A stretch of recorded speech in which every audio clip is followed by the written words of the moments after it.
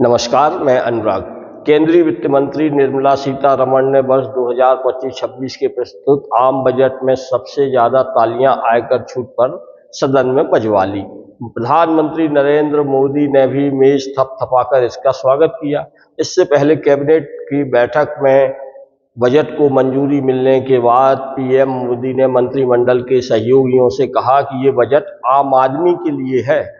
यह गरीब, किसान, महिलाओं और युवाओं की आकांक्षाओं का बजट है। मध्यम स्वर्ग, वेतन भोगियों का वसंत, खुशियां, टैक्स फ्री, मिडिल क्लास का अमृत स्नान, राहतों का संगम, ज्ञान पर बरसी कृपा जैसे शब्दों की कारीगरी और लच्छेदार भाषा में पिरोई गई खबर कि 12 लाख तक सालाना आय पर अब नई टैक्स प्रणाली में आय पर कोई टैक्स नहीं लगेगा। पर इस खबर से वह आंकड़ा गायब है कि आखिर इस टैक्स प्रणाली का फायदा पाने वाले कुल कितने प्रतिशत लोग देश में हैं और जिनकी कमाई 12 लाख रुपए सालाना यानी लगभग 1 लाख रुपए महीना है। जब सरकारी आंकड़ों को ज्यों का त्यों प्रकाशित किया जा सकता है तो ऐसे लोगों का भी आंकड़ा प्रकाशित होना चाहिए था कि ताकि लोगों को पता चले कि देश भर में 1 लाख महीना कमाने वाले लोगों का कुल कितना प्रतिशत है। अगर यह आंकड़ा भी प्रकाशित कर दिया जाता तो इससे महाकुंभ में हुई भगदड़ में सरकार और प्रशासन की नाकामी का चिट्ठा उजागर थोड़ी हो जाता। बस आम लोगों को पता हो जाता कि देश भर में 1 लाख महीना कमाने वालों की कुल सही संख्या कितनी है और सरकार से उनको कितना फायदा पहुंचने वाला है। दरअसल देश में इस टैक्स के फायदे से दूर दूर तक वास्ता नहीं रखने वाले वर्ग का एक बड़ा समूह है, जिसमें छोटे छोटे काम धंधे करने वाले, रेहड़ी पटरी और असंगठित रूप से मजदूरी करने वालों की संख्या इससे कहीं ज़्यादा है।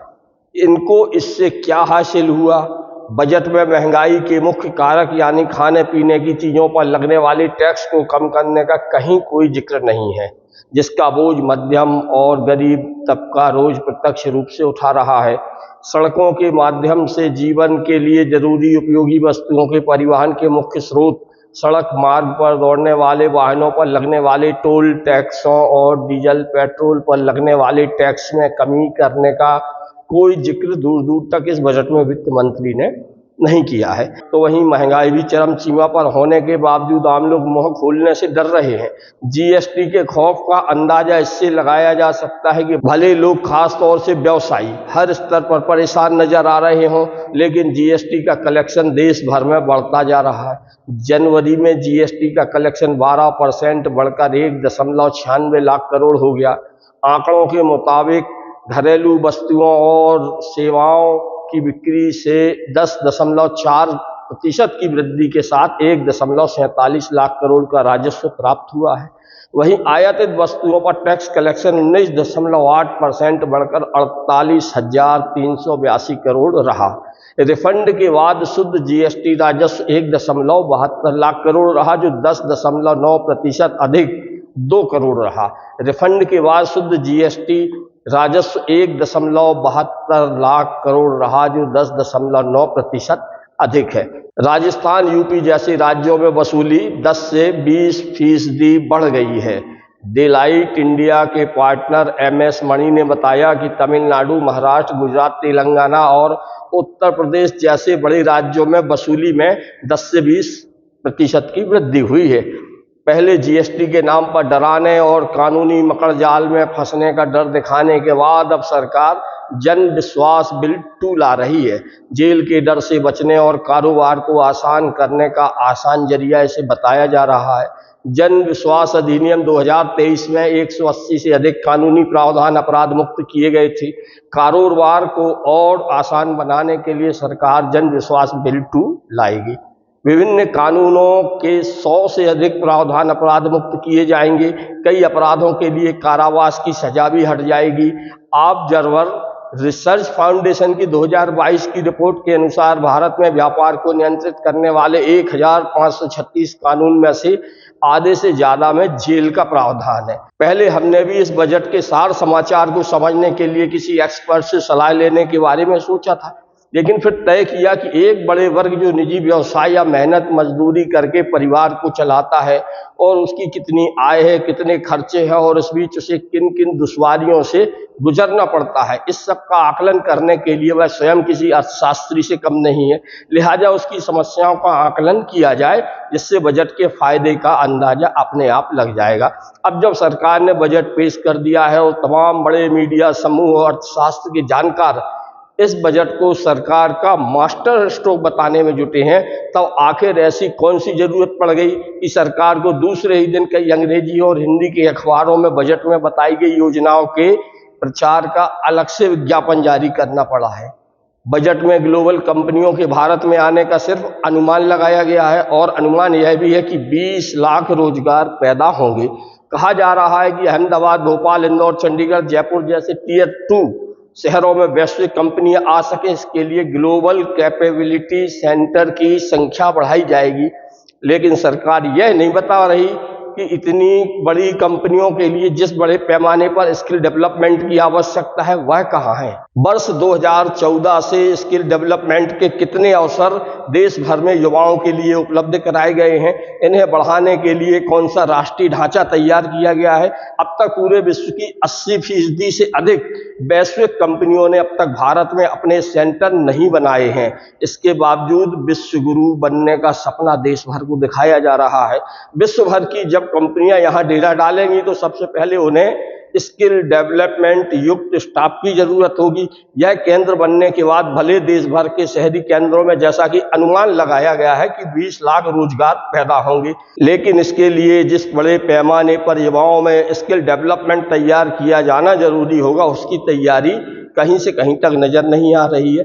अब तो वह आयरन का शेर भी कहीं दिखाई नहीं देता, जिसे 2014 से 19 तक स्किल डेवलपमेंट और मेक इन इंडिया का प्रतीक बताया जाता था। अपने 76 मिनट के बजट भाषण में वित्त मंत्री ने यह तो जोर देकर कहा कि 12 लाख तक कुल सालाना आय पर कोई टैक्स नहीं लगेगा, लेकिन इस बात का कहीं से कहीं तक यह जिक्र नहीं किया कि आम लोगों की आय 12 लाख तक पहुंचाने के लिए कौन से प्रयास शुरू किए जा रहे हैं। सामने दिल्ली का चुनाव है, इसीलिए अब कहा गया है कि नया इनकम टैक्स बिल अगले हफ्ते आएगा, जिससे टैक्स सिस्टम आसान और पारदर्शी हो जाएगा। वित्त मंत्री का पूरा भाषण GYAN ज्ञान यानी गरीब, युवा, अन्नदाता, नारी को समर्पित बताया गया है और कहा गया कि सरकार का इन पर सबसे ज्यादा फोकस रहा है और रहने वाला है।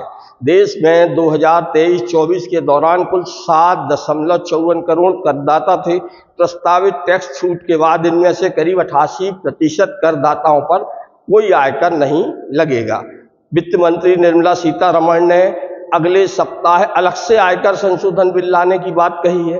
5 फरवरी को दिल्ली में विधानसभा चुनाव का मतदान होना है। दिल्ली में सबसे ज्यादा सरकारी कर्मचारी रहते हैं। दिल्ली के लोगों की आय अन्य राज्यों की तुलना में मध्यम वर्गीय परिवारों की ज्यादा है।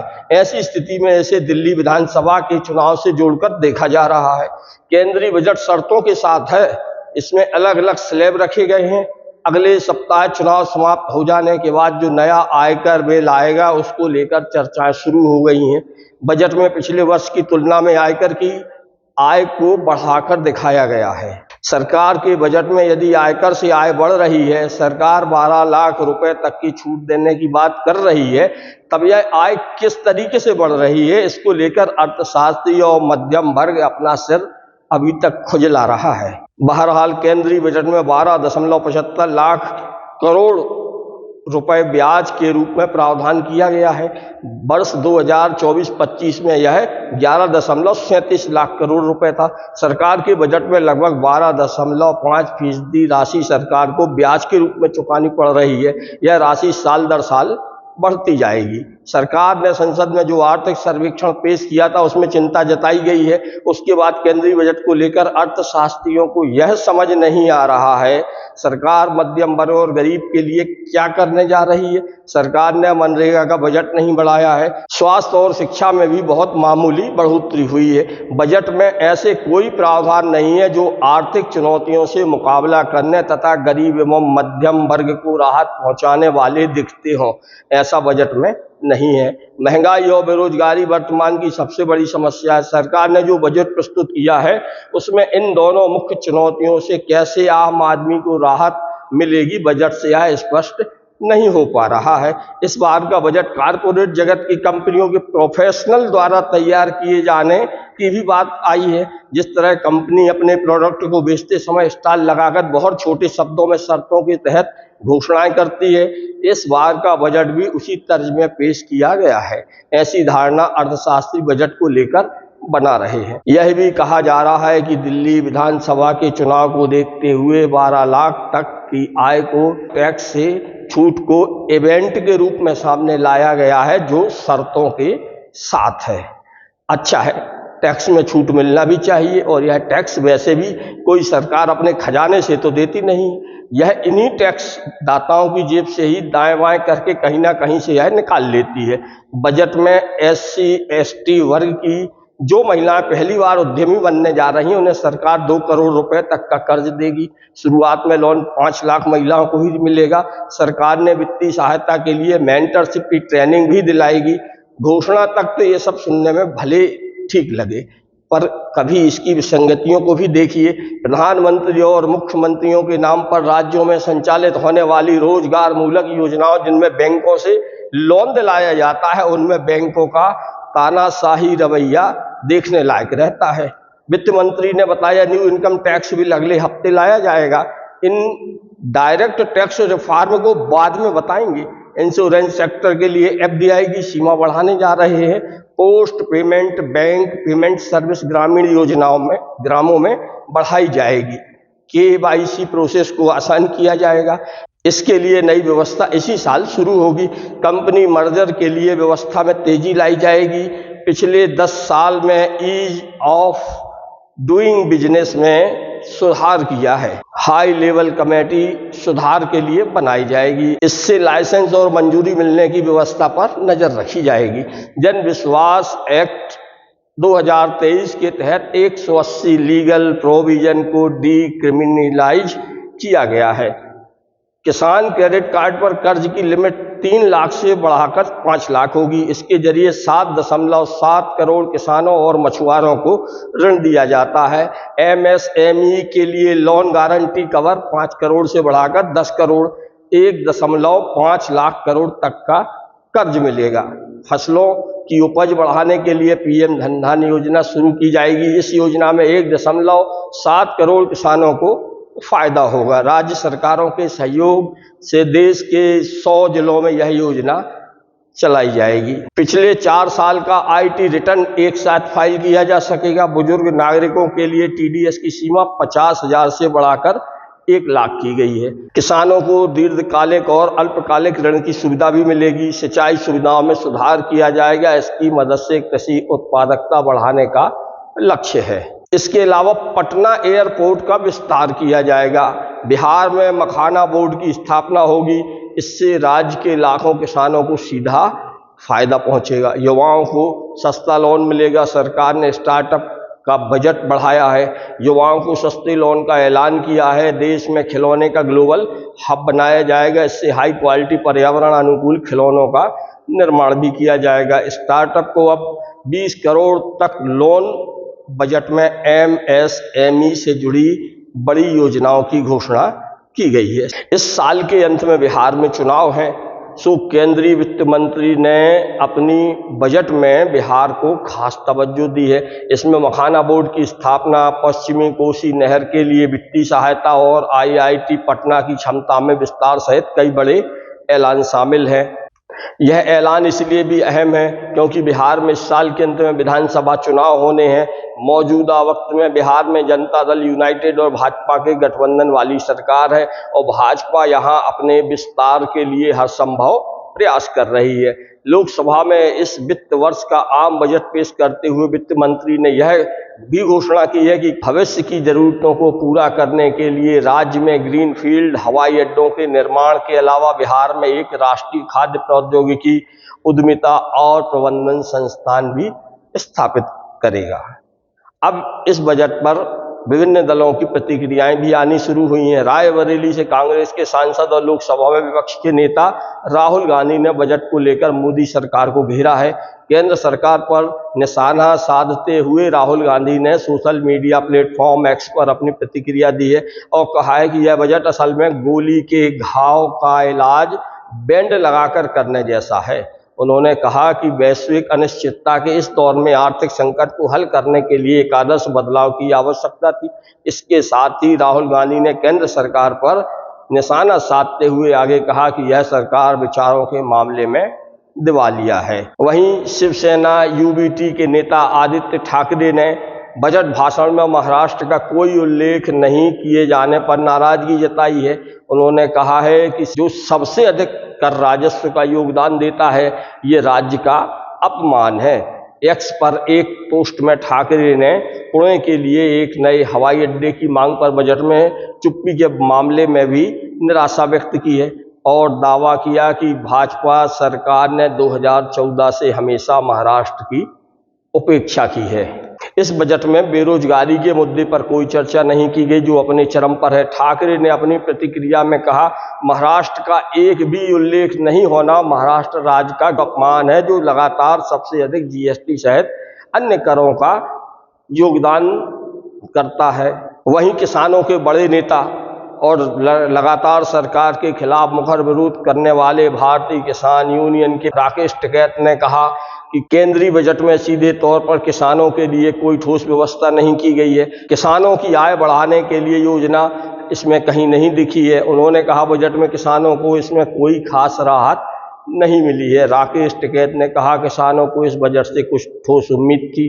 किसानों को कागजों पर तो कुछ उम्मीद दिखाई दे रही है, लेकिन जमीनी हकीकत में कोई फर्क नहीं पड़ा है। किसान आंदोलन और उनकी लड़ाई की दिशा में यह बजट मददगार नहीं होगा। बजट में किसान क्रेडिट कार्ड की लोन सीमा 3 लाख से बढ़ाकर 5 लाख रुपए कर दिए जाने का प्रावधान है। इसमें कृषि उत्पादकता बढ़ाने के लिए पीएम धन धान्य कृषि योजना की भी घोषणा की गई है। इसका मकसद फसल विविधीकरण, भंडारण बढ़ाना, सिंचाई में सुधार, किसानों के लिए दीर्घकाल एक अल्पकालिक लोन की सुविधा उपलब्ध कराना है। अगले 4 साल में जितनी दलहन का उत्पादन किसान करेंगे, उन्हें केंद्रीय एजेंसियां खरीदेंगी, मगर सरकार यह नहीं बता रही है कि जो किसान पंजाब, हरियाणा से लेकर दिल्ली तक अपनी मांगों को लेकर पिछले 2 साल से छोटे बड़े आंदोलनों में जुटे हैं और लगातार फसलों से एमएसपी की मांग कर रहे हैं, उन पर सरकार ने आज तक क्या काम किया है? सरकार क्यों नहीं उनकी मांगों को मांग रही है और इन मांगों को मानने में सरकारों को दिक्कत क्या है, खास तौर से केंद्र सरकार को? आज भी फसलों का दाम निश्चित न होने से किसान अपनी उपज का लाभ तो दूर, अपना पूरा लागत मूल्य तक नहीं निकाल पा रहे हैं, बल्कि व्यापारियों और अन्य बिचौलियों के हस्तक्षेप के चलते लगातार कर्जदार होते जा रहे हैं। देश में पिछले 2 सालों में किसानों द्वारा की गई आत्महत्याओं के आंकड़ों पर भी नजर दौड़ानी चाहिए और फिर सरकार जो लोन किसानों को देगी, उसकी वसूली भी तो किसानों से करेगी। ऐसे में खेती किसानी का धंधा कैसे लाभकारी बनेगा? बजट में इस पर कहीं से कहीं तक कोई जिक्र नहीं किया गया है। खर्च करने के मामलों में शहरों को गांव पीछे छोड़ रहे हैं। शहरी क्षेत्र में 1944 और ग्रामीण क्षेत्र में 1632 रुपए कमाने वाले गरीब नहीं हैं। एसबीआई की एक रिसर्च रिपोर्ट आई है। इस रिपोर्ट के अनुसार पिछले 14 सालों में शहरों में प्रति व्यक्ति 3.5 गुना खर्च बढ़ा है, वहीं गांवों ने शहरों को पछाड़ते हुए 4 गुना ज़्यादा खर्च किया है। वहीं 2023-24 में प्रति व्यक्ति मासिक खर्च 537 रुपये प्रति व्यक्ति बढ़ा है। वहीं ग्रामीण क्षेत्रों में भी 349 रुपया प्रति व्यक्ति खर्चे में वृद्धि हुई है। 2009-10 के वित्तीय वर्ष से लेकर 2023-24 के वित्तीय वर्ष में शहरी इलाकों में 1984 रुपये के मुकाबले 6,996 रुपये खर्च करने पड़ रहे हैं। वहीं ग्रामीण क्षेत्रों में 1,054 का खर्च बढ़कर अब 4,122 हो गया है। पिछले 14 वर्षों से देश की महंगाई बड़ी तेजी के साथ बढ़ी है, जिसके कारण लोगों को अपने खाने पीने के सामान में कटौती करनी पड़ रही है। रिपोर्ट के अनुसार 2023-24 में ग्रामीणों की अनुमानित मासिक आय 1632 रुपये थी। सरकार उसे गरीब नहीं मानती, जिसकी आय ग्रामीण क्षेत्रों में इससे ज़्यादा है उसे गरीबी रेखा से ऊपर मान लिया गया है। शहरी क्षेत्र में यह सीमा पहले 1849 रुपये थी, जिसे वर्ष 2023-24 में 1944 रुपये कर दिया गया है। इससे ज़्यादा आय वाले अब गरीबी रेखा के नीचे नहीं आते हैं। आय की तुलना में लोगों के खर्च पिछले 14 सालों में अत्यधिक बढ़े हैं। रिपोर्ट के अनुसार पिछले 24 साल में उपभोक्ताओं में खर्च करने की शक्ति 10% घट गई है। वर्ष 2000 में खाने पीने की चीज़ों पर भारतीय परिवार 53.7% खर्च करते थे, जो 2024 में घटकर 43.4% रह गई है। आर्थिक विशेषज्ञों के अनुसार महंगाई के कारण खाने पीने और बुनियादी ज़रूरत के सामानों को खरीदने की क्रय शक्ति अब लोगों में कम हो गई है। वर्ष 2023-24 में रिपोर्ट के अनुसार ग्रामीण क्षेत्रों में प्रति व्यक्ति मासिक खर्च में 349 की वृद्धि हुई है। शहरों में यह वृद्धि 537 रुपये रही है। शहरों में जितना खर्च बढ़ा है उसके मुकाबले गांवों में खर्च कम हुआ है। भारत के 3 राज्यों के ग्रामीण अंचलों में खर्च शहरी क्षेत्र से ज़्यादा किया जाता है। कर्नाटक, आंध्र प्रदेश और हरियाणा के ग्रामीण इलाके अन्य राज्यों की तुलना में अधिक संपन्न है। इसके विपरीत केरल, बिहार, उत्तर प्रदेश, उत्तराखंड, महाराष्ट्र, हिमाचल, राजस्थान और मध्य प्रदेश के ग्रामीण अंचलों में प्रति व्यक्ति खर्च करने में बड़ा अंतर है। सबसे ज़्यादा चिंताजनक स्थिति महाराष्ट्र, हिमाचल, मध्य प्रदेश, राजस्थान के ग्रामीण अंचलों में ज़्यादा गरीबी है। यह अंतर 40% से 80% तक का है, जो ग्रामीण अंचलों में गरीबी का परिचायक है। कमाल तो यह है कि इस बजट में आम जनता के रोजमर्रा की वस्तुओं में टैक्स में कोई राहत नहीं मिलने के बावजूद और सरकार द्वारा जारी किए गए आंकड़ों के पक्ष में ही देश भर के बाजार के उतार चढ़ाव के जानकार सभी एक सी भाषा बोल रहे हैं। इनमें से किसी ने भी अब तक इस पर सरकार का ध्यान नहीं दिलाया है कि जिन चीज़ों पर टैक्स हटाया गया है वह चीज़ें आम जनता के रोज के उपयोग की नहीं है, बल्कि गेहूं, चावल, पेय आटा, दूध, पनीर, मसाले, कागज, स्टेशनरी जैसी चीज़ों पर टैक्स कम करने की ज़रूरत ज़्यादा थी। नोटबुक जैसी कागज आधारित स्टेशनरी पर 12% GST लगता है, तो अभ्यास पुस्तकों और खास तरह के कागज पर भी 12% GST लगता है। तो फाउंटेन पेन पर आमतौर पर 18% GST लगता है। कार्बन पेपर और अन्य प्रतिलिपि या स्थानांतरण पेपर पर 18% GST लगता है। बच्चों के पेंसिल शार्पनर पर भी आपको 12% GST देना पड़ता है। अल्ट्रा हाई टेम्परेचर दूध और स्किम्ड मिल्क पाउडर पर 5% GST लगता है। कंडेंस्ड मिल्क और डिब्बाबंद दूध उत्पादन 12% GST की श्रेणी में आता है।